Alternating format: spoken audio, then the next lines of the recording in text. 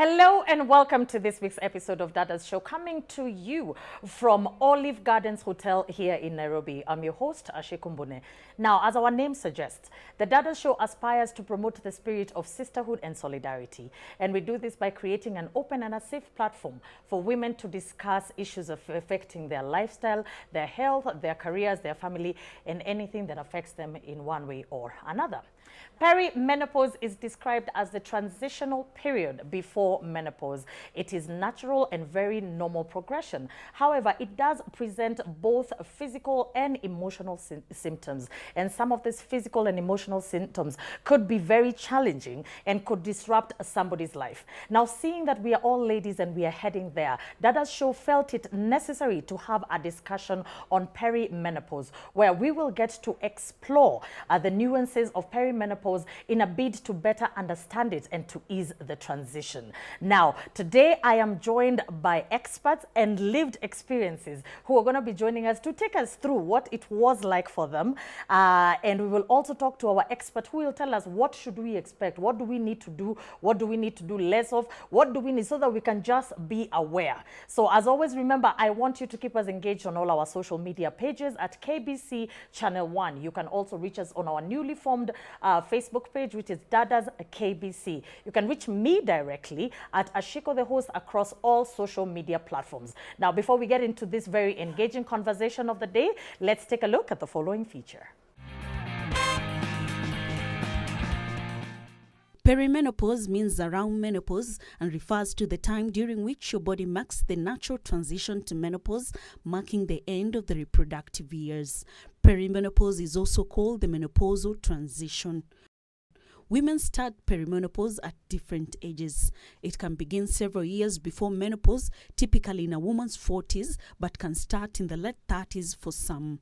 During this time, hormonal fluctuations occur, leading to a variety of physical and emotional changes. Throughout the menopause, transition changes in your body may take place. Not every woman experiences the same symptoms, and their severity can vary.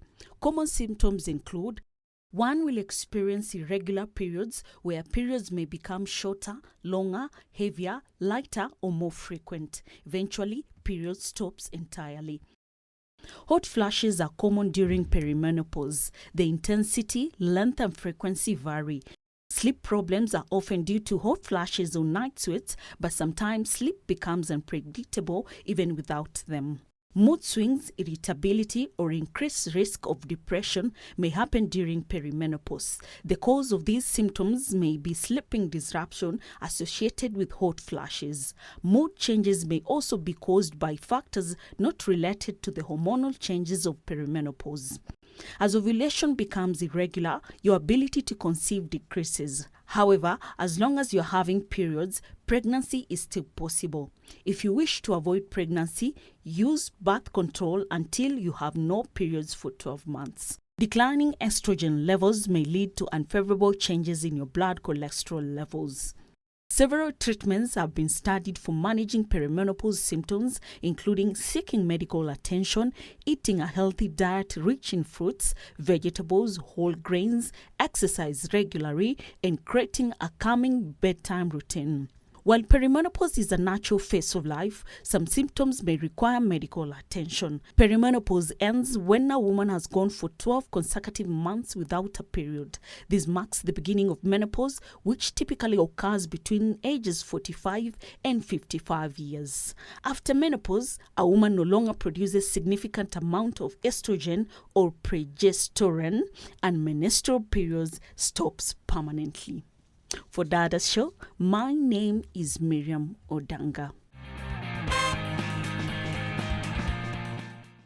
Welcome back. If you're just joining us, this is Dadas Show, and our conversation of the day is exploring and understanding perimenopause. As I mentioned to you, today I am joined by an expert and a lived experience who are going to take us through their journey, and who are going to teach us what to do, what not to do, what to expect, because this is definitely a fact of life and all of us ladies are heading there. So to introduce my wonderful panel, right next to me, I have Dr. Kafugo Kamau. Thank you so much for making time to sit with us on this wonderful day.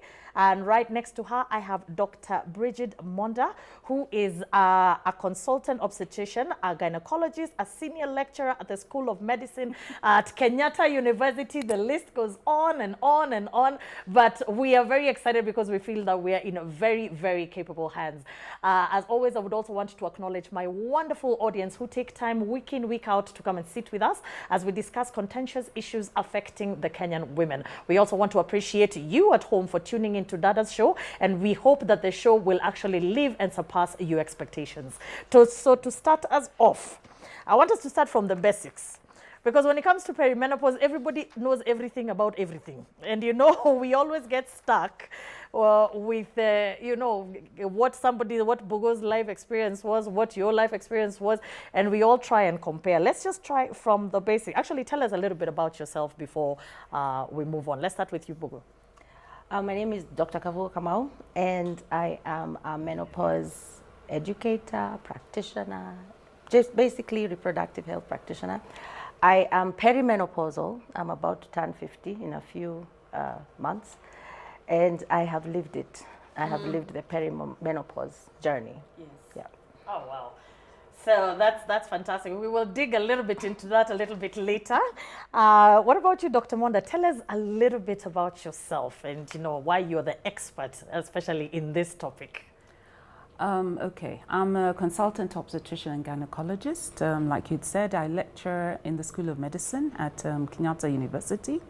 I'm postmenopausal.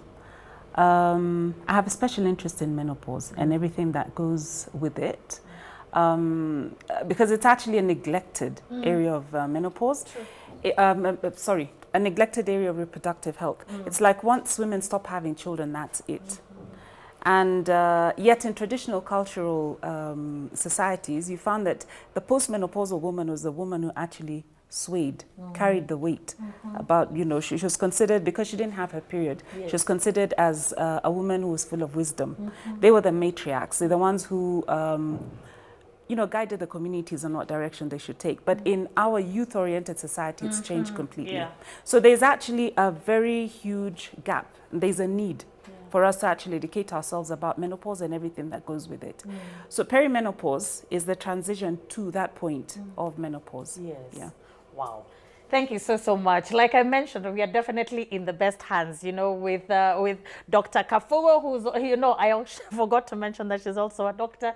So see, so it happens to all of us and we are all living it. So let's start with the basics. We have just gotten a very brief definition of perimenopause, but let's get into the meat of it. What is perimenopause, Dr. Monda? Perimenopause is a transition to menopause. From it's the period of time between the premenopausal period to when you have your menopause. Menopause itself is a point in time. It's the last period a woman will ever have. It's the last period a woman will ever have in her lifetime.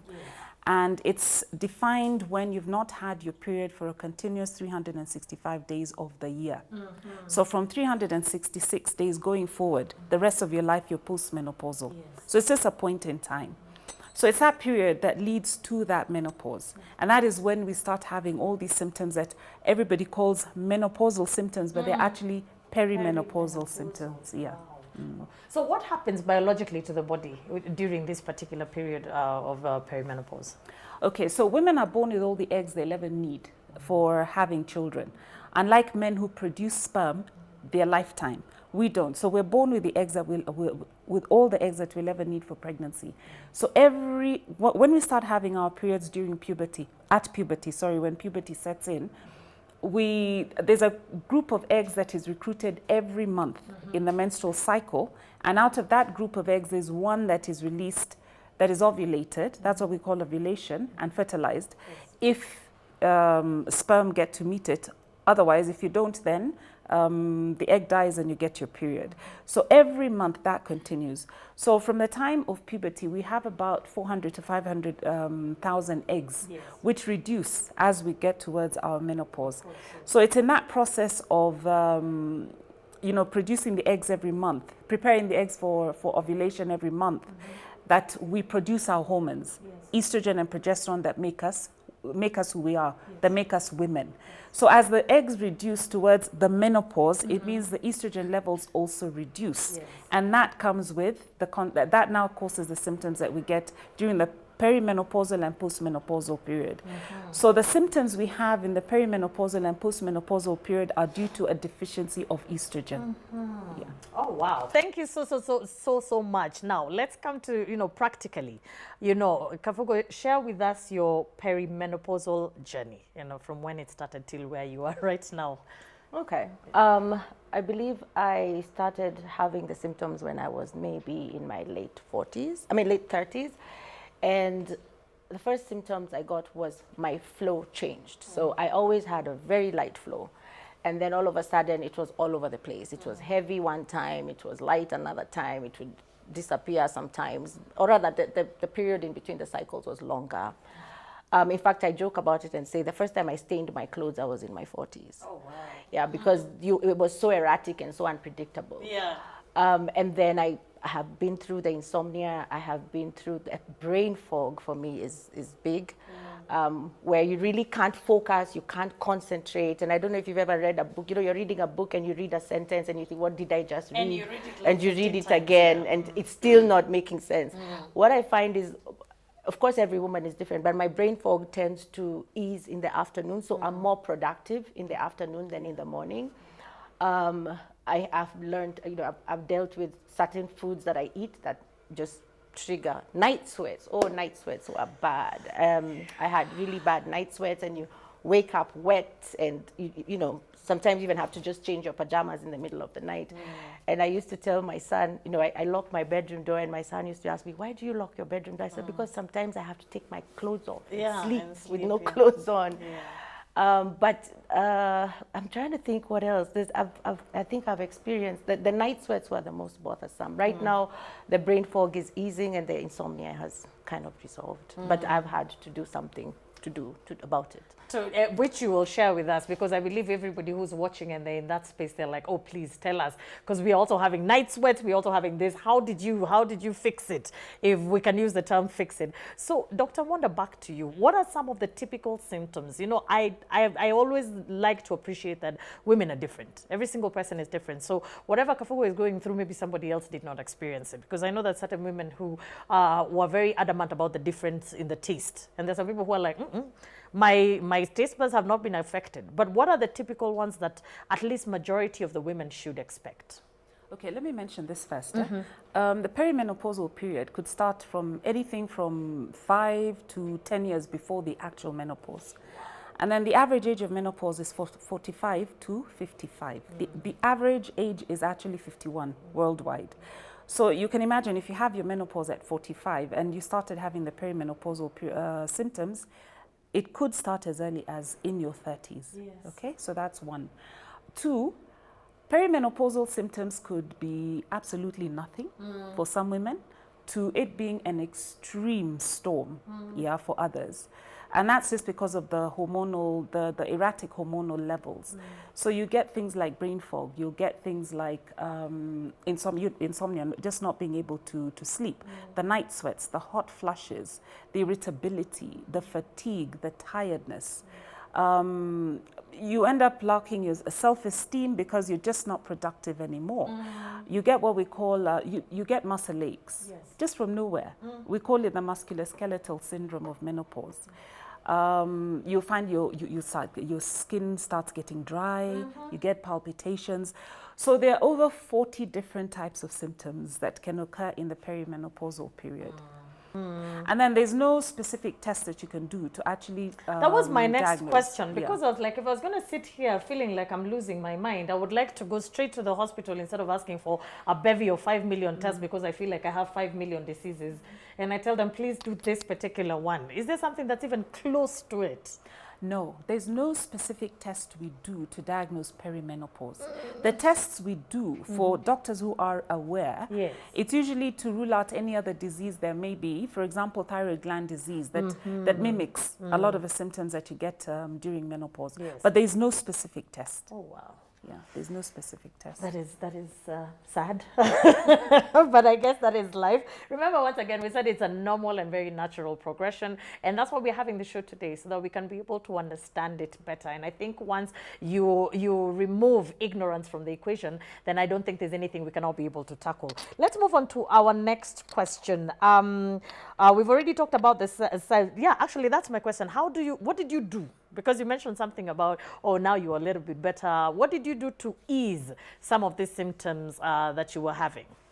So of course, the first thing is to read about it and figure out what is it that I can do to tackle the different symptoms that I was having. First, with insomnia, it was sleep hygiene.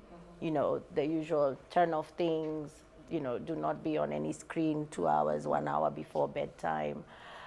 Adjusting the temperature in my, actually when I realized with the night sweats, I had traveled and I was sleeping in a room that had an AC.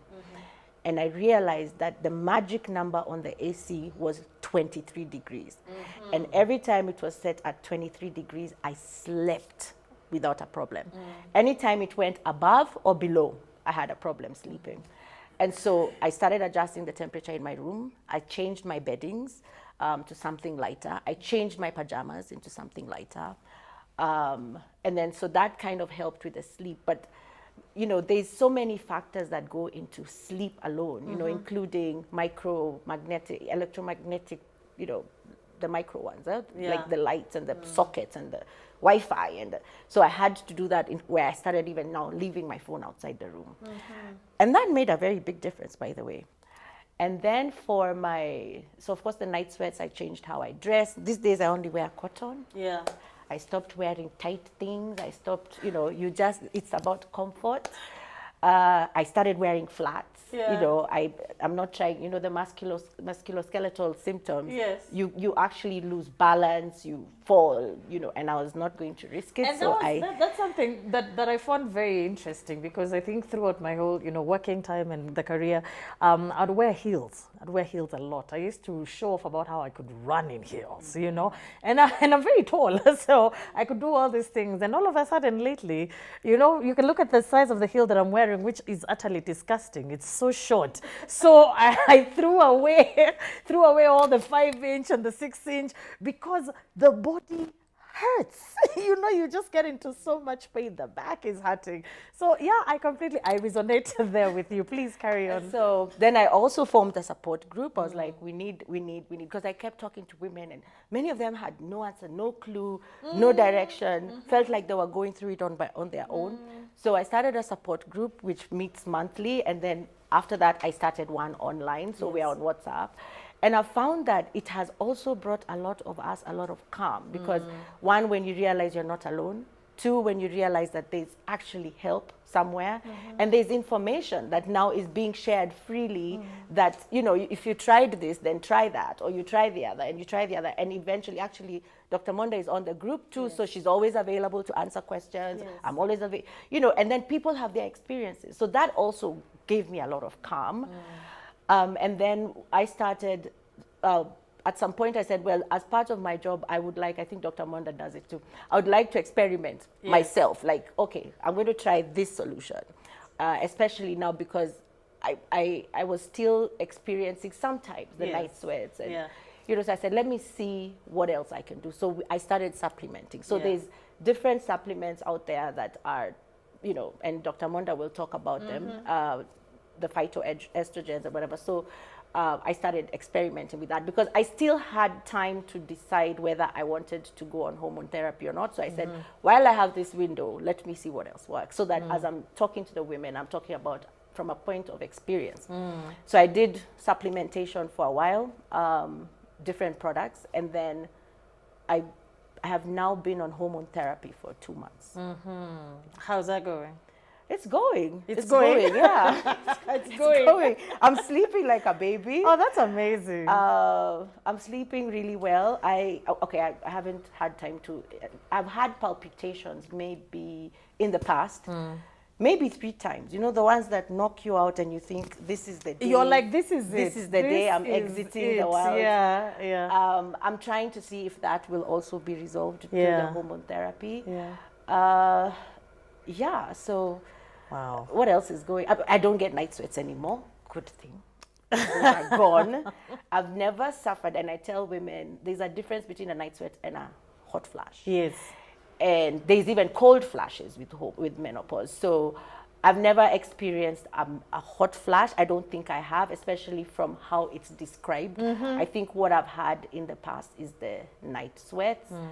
But I've, so I'm hoping I don't have to go the hot flash way either. Wow. But yeah. What are some of the, other ways that you could advise us ladies out here on to ease some of the symptoms that are out, that we are experiencing? I'd suggest to come up with one, like what Dr. Hari has said. You need to educate yourself so that you know what options you have. That's one. Two, I call it the menopause toolkit. Deal with stress, have sleep hygiene, your diet, exercise, and menopause hormone therapy. So you need to educate yourself so that then you know what options there are out there. I always tell patients, educate yourself, go and see a doctor, and keep looking for someone until you can get someone who can answer your questions. Yes. Because interestingly, it is just now that we're realizing there's actually been a gap in our training when it comes to issues of menopause. Like I said, when women stop having children, it's like we're completely forgotten. So the awareness is now slowly being created. Yeah. So ways of dealing with it. Sleep. You need to deal with, you need to learn how to have sleep hygiene. Yes. Do things like what Dr. Jackie has said, Dr. Kabogo has said, about, the environment you sleep in. Diet, you need to be on a high protein diet. You need to exercise because the musculoskeletal system actually is the organ of longevity. Yes. You also need to, I've talked about diet, I've talked about sleep, manage stress as well. You need to manage stress.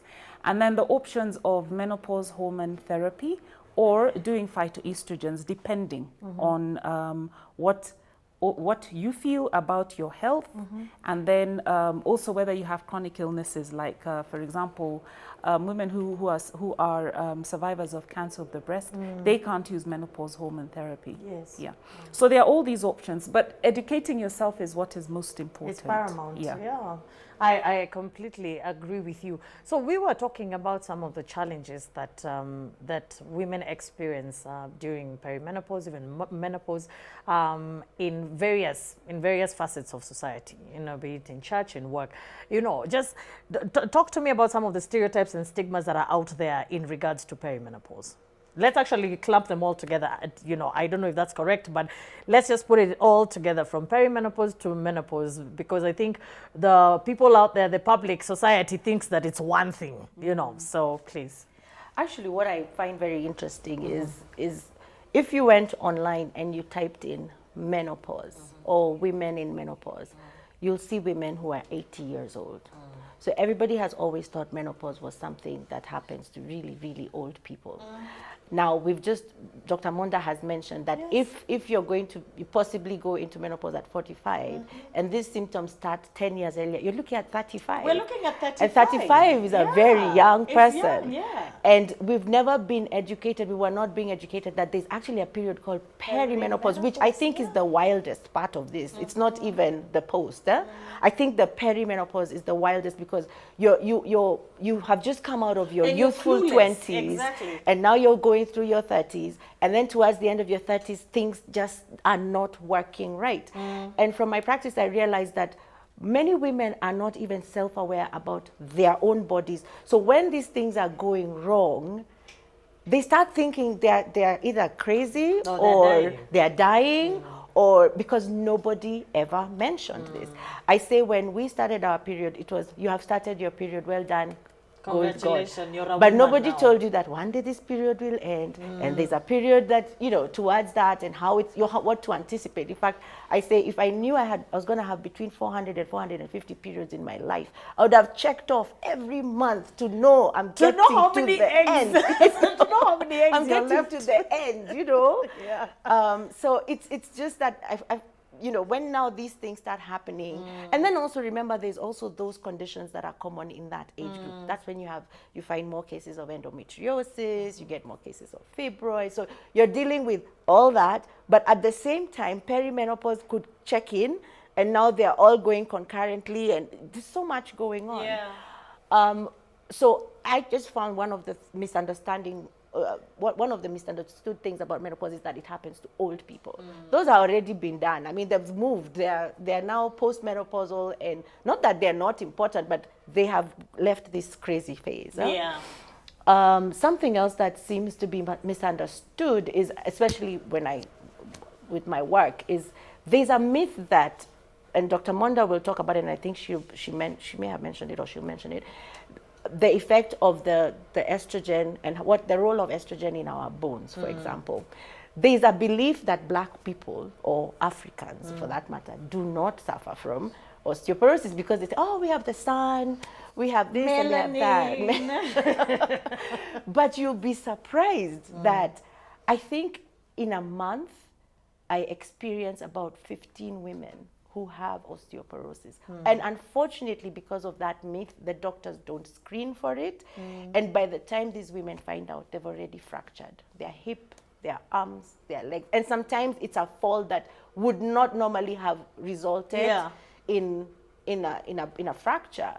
So it's just the things that people believed about menopause, and it's much later, these things don't happen to us. Those are the things I encounter on a day-to-day. On a day-to-day. And I'm sure she does. Yeah. What about you, Daktari? How would you like to, you know, what do you find, how does society behave around perimenopause that maybe sometimes concerns you? Especially, let's look at relationships, let's look at bosses, because I know that there have been a lot of complaints, almost like you said, you know, once you've stopped giving birth and now you're going through perimenopause, it's like you've almost been declared, like your sell-by date has reached.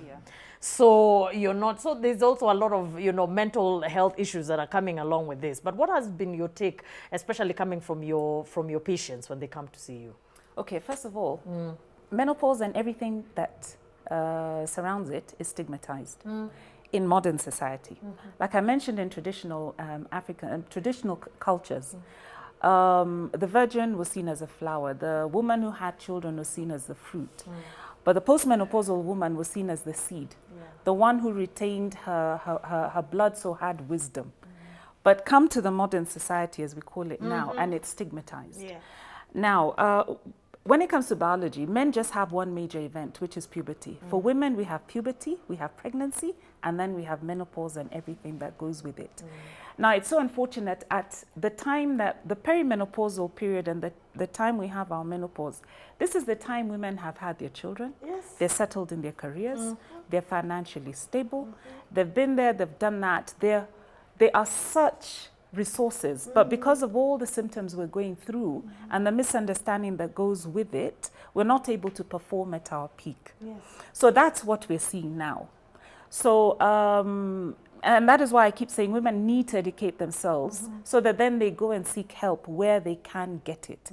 Because when you're ignorant, you're not able to make an informed choice. Absolutely. I've had patients come in and you can see that they're so distressed, and it's like, man, I'm growing old. And you're like, no. It's just that life has now changed. We are outliving our ovaries. So our ovaries stop functioning, and we are living 30, 40 years after our menopause, which never happened before. Before you were born, you went into puberty, had your babies, lived a bit, became a grandmother, and you were dead by 45, 50. But now we're living until 80, 90. And it's that period of time that has been neglected. But now women are talking about it. So it's that lack of information, and then lack of even the medications that we're supposed to use. We guys here in Africa, or let me say Kenya, are stuck in the 2001, 2000 era. But in the West, they've moved on. I mean, that is why you find women like Oprah now having sessions forums about discussing menopause. Women like Obama are coming out, Michelle, are Yes. coming out and talking about it. Yes. Halle Berry has gone to Congress and has gotten Congress to actually set aside funds to do research on menopause and everything related to it. Yes. But here, we're still stuck in looking that at it like it's a stigmatized, stigma. yeah, it's a stigma. Women are now old. It's a Your taboo. use by date, your use by date has Yes, come. yeah. Oh, wow. And you know what? Maybe, and that's why we are very, very happy. And that's why, as Dadas show, we needed to have this particular forum. And we're hoping that this will multiply and it will be a wildfire that will just set across all social media platforms so that people can actually begin discussing about perimenopause. The one thing that has actually really stood out for me is the same notion and the stereotype that most of us even bought into. Because the moment, and I've experienced that myself, when they start talking about, oh, I think I'm perimenopausal, and someone will say, hey, but you're so young. And I'm hoping the people are watching this show, you're saying, no, but I know how I'm feeling. I know how I'm feeling. I'm not to say, but no, but you've not even hit 40. You've not even done this. You've not done this. So once we eliminate ignorance, then we can be able to understand ourselves better. And I think that's the primary objective, to understand ourselves better. And then, of course, that information can actually transcend to the rest of society. We need to take a short break, and then we'll be right back for the question and answer session. I hope this conversation is as illuminating for you as it is for me. So I'll see you shortly.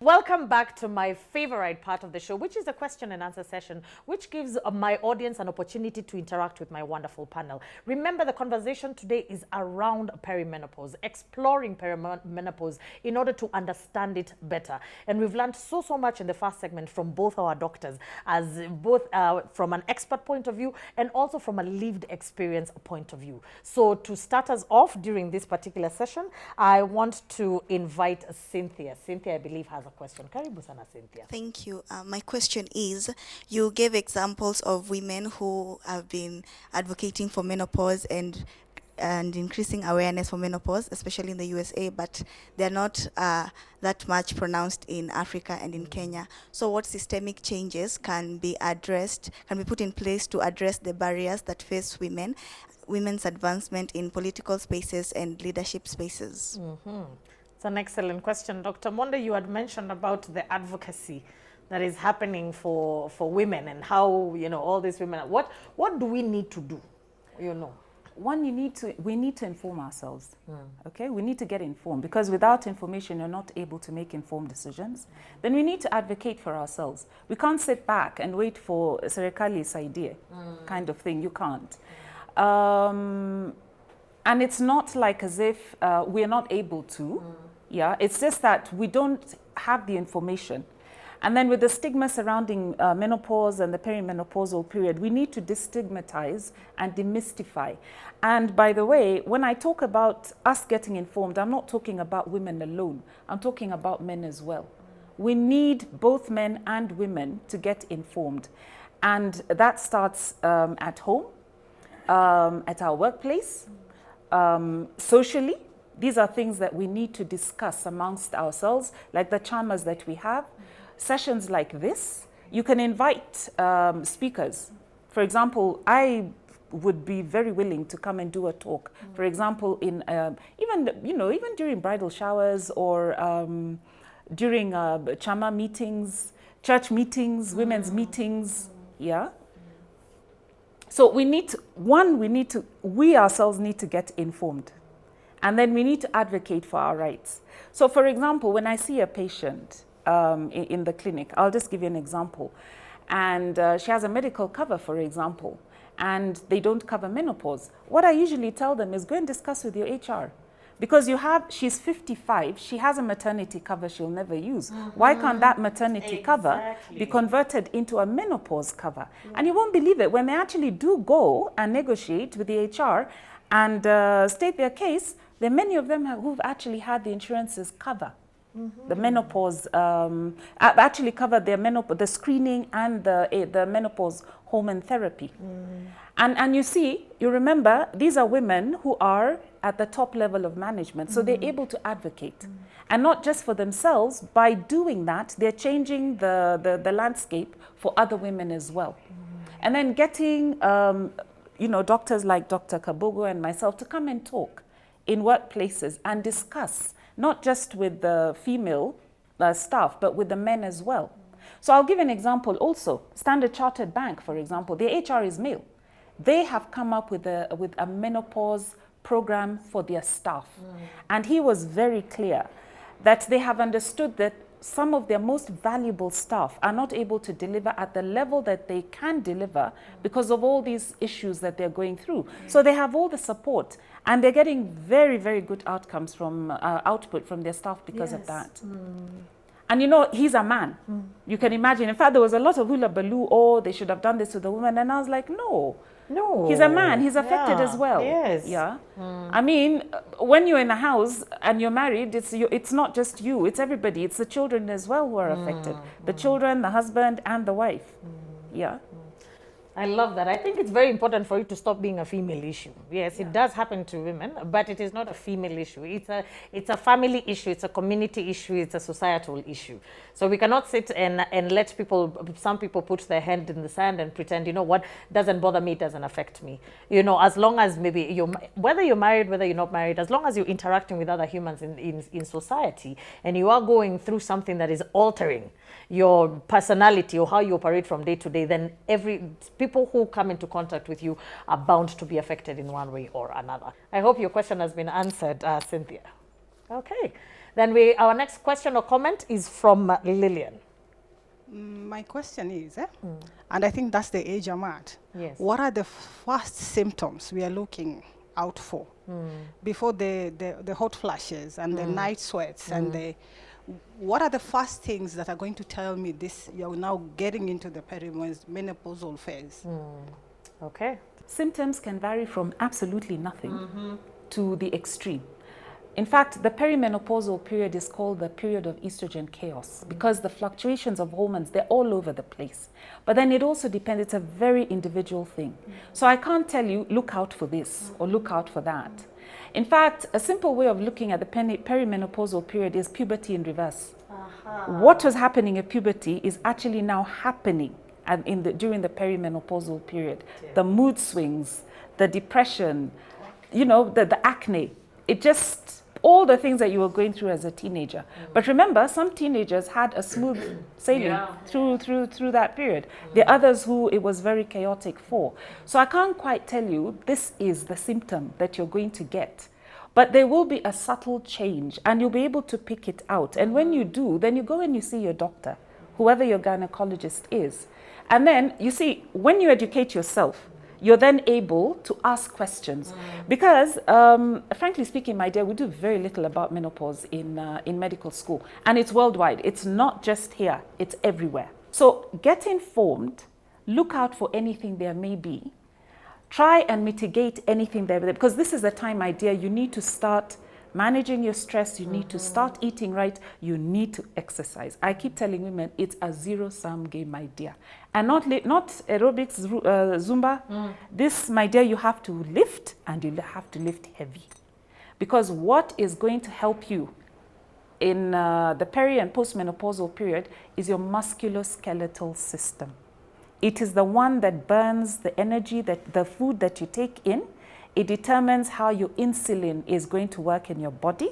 It determines how you are going to deposit your fat because of all the hormonal changes. All those things shift.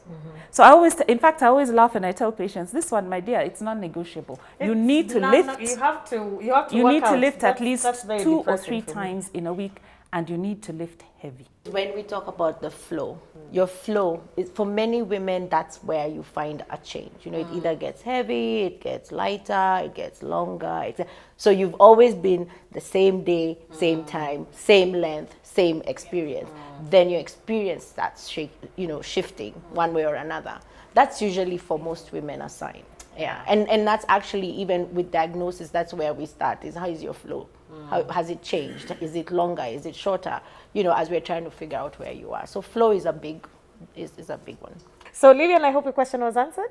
Excellent. So after that, we've got a question from Anne Rose. Anne Rose, karibu. Thank you so much for the chance. My question was on Dr. Bugo. Since you have created a group for the ladies, the Women Cafe, what are you doing for men who are more or less the same age?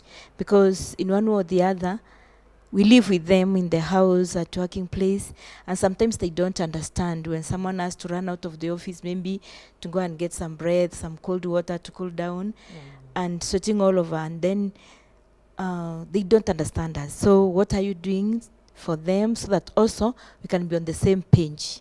Thank you. Okay. Excellent. Yes, I understand that, yes. The group is a little bit biased to women, because I found out that some women, not all women, were not very comfortable having open conversations with men in the room. So I had to make that decision. However, I had talked to a gentleman who was going to start a group for the men.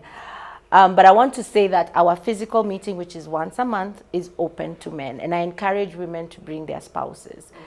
And like we said, it is a family issue, it's a community issue. Bring even your children, because I find that, and Dr. Monda said, they are mirror images of each other, puberty and menopause. And I say estrogen is also the nurturing hormone, and now it is dwindling. So even your patience with the children is low. And I have this conversation very openly with my boys, and I tell them, you're going through puberty, I'm going through menopause. We are having similar symptoms, so we have to accommodate each other. So if you're feeling moody, let me know I'm feeling moody, and let me just be. And if I'm feeling the same way, I tell them. Now, I had my last born when I was 40, and at that point I was already, so I have not been the most patient of a mother, because it just happens that you're irritable, you don't have time, and with kids, they want you to play with them, and you're thinking the last thing I want to be is on a merry-go-round. Exactly, yeah. So it's something that you talk about and actively talk about in your homes. But the men are welcome to the menopause support group meeting. And I also talk to companies, employers, because I think every employer needs to consider what Standard Chartered did and have menopause policies at work. And people ask, what are these accommodations that women might need at work? You just explained. Sometimes you have to rush out to go grab a glass of water or get some air, right? So we advocate for the women to get corner offices with windows, so that I can open my window without irritating somebody else who doesn't want the window open. Or there are companies that require, I think there are banks in this town that require women to wear high heels, for example. So we talk to the employers and say, can we also accommodate these ladies who can no longer wear high heels because they are not, either comfortable, or it's also a risk for them with falling. Exactly. There's conversations about, I talked about the change in flow. Some women now get really heavy flows. I would call it the last hurrah as they're going out. And then the toilet is one, and it is on the other side of the building. And so we talk to employers to say, how about you either accommodate these ladies by keeping them a little bit closer, or having the toilets more accessible, or having more available for these ladies. I talked about wearing cotton. You could have a polyester uniform, and it's so uncomfortable when you're in your menopause or perimenopause. So I talked to employers about, how about you consider an alternative uniform for these ladies going through. So those are the kind of conversations and accommodations that employers can make. Or even alternating I just told you about my brain fog. I'm more productive in the afternoon than in the morning. Yeah. And so is there a way that you can allow these women to do some work at home hours, or come later in the day, or find them an assistant who will help them with a little bit of their tasks? It's just accommodating these women, because they're actually in the workplace, they're the most discriminated against. My intention was to inform women, empower them, so they can advocate for themselves. You see, if you go see Dr. Monda, and Dr. Monda tells you, I need you to maybe up your weights, right?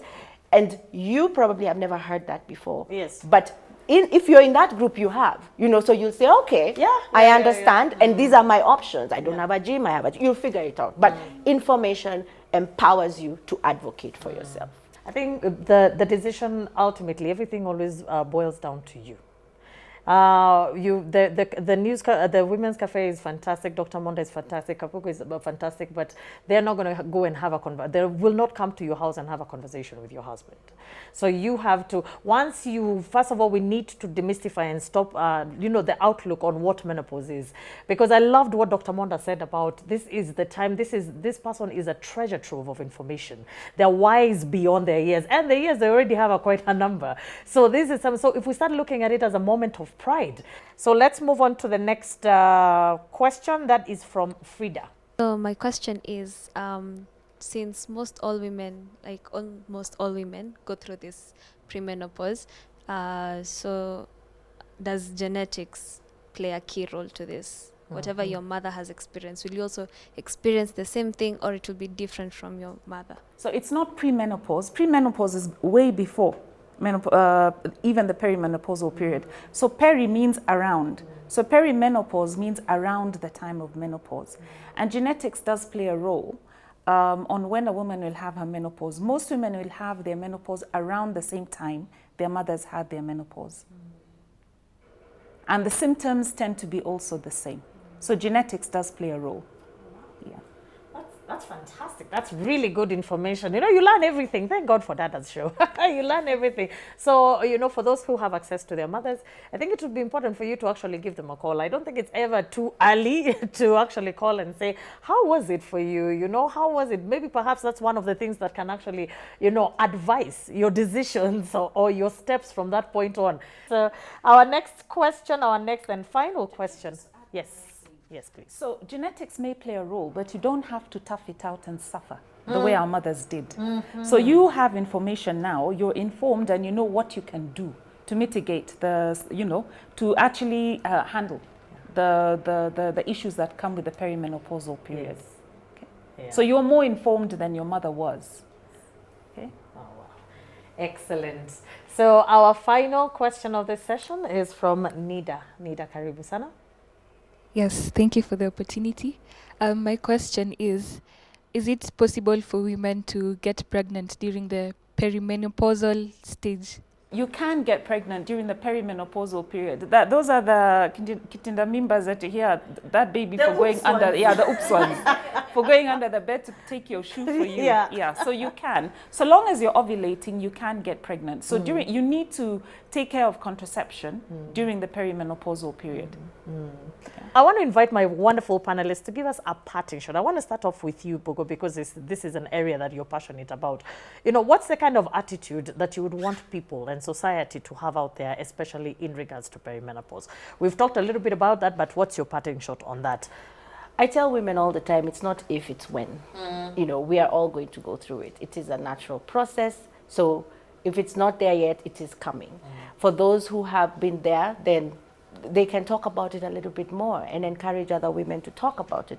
The biggest issue with, especially reproductive processes, we have menstrual shame, pregnancy shame, menopause shame, So we have to keep talking even, and in the group I try to have multi-generational, I have mothers and daughters and hopefully I'll have grandmothers, all of them in the same group, learning and encouraging each other to talk about these things. Because if we don't say anything, nobody will ever know. I've actually found that the more I talk about it, I find men who are really interested and very happy that these conversations are being had. And many men will call and say, please add my wife. Add my wife to the group. She needs this. We are, we can see she's going through something. There's a lady in the group who even has a talk show. She has a podcast. It's a talk show. She's in South Africa, but she's in the group, and she shared 2 episodes where she had a conversation with her children first, her boys. She has 3 boys, and how they support her, and what they notice different about their mother, and then she had another one with her spouse and her brother-in-law, talking about how they support. And what really caught me was her husband said the first time he came home and he found her just falling apart, and he just said, do you want to go running? And she said, that would be nice. So he took her to the beach and they walked, he said, and he kept walking with her every day and he made it their thing. And you see, so that even drew them closer because he just found those things that he can do with her and support her in this journey.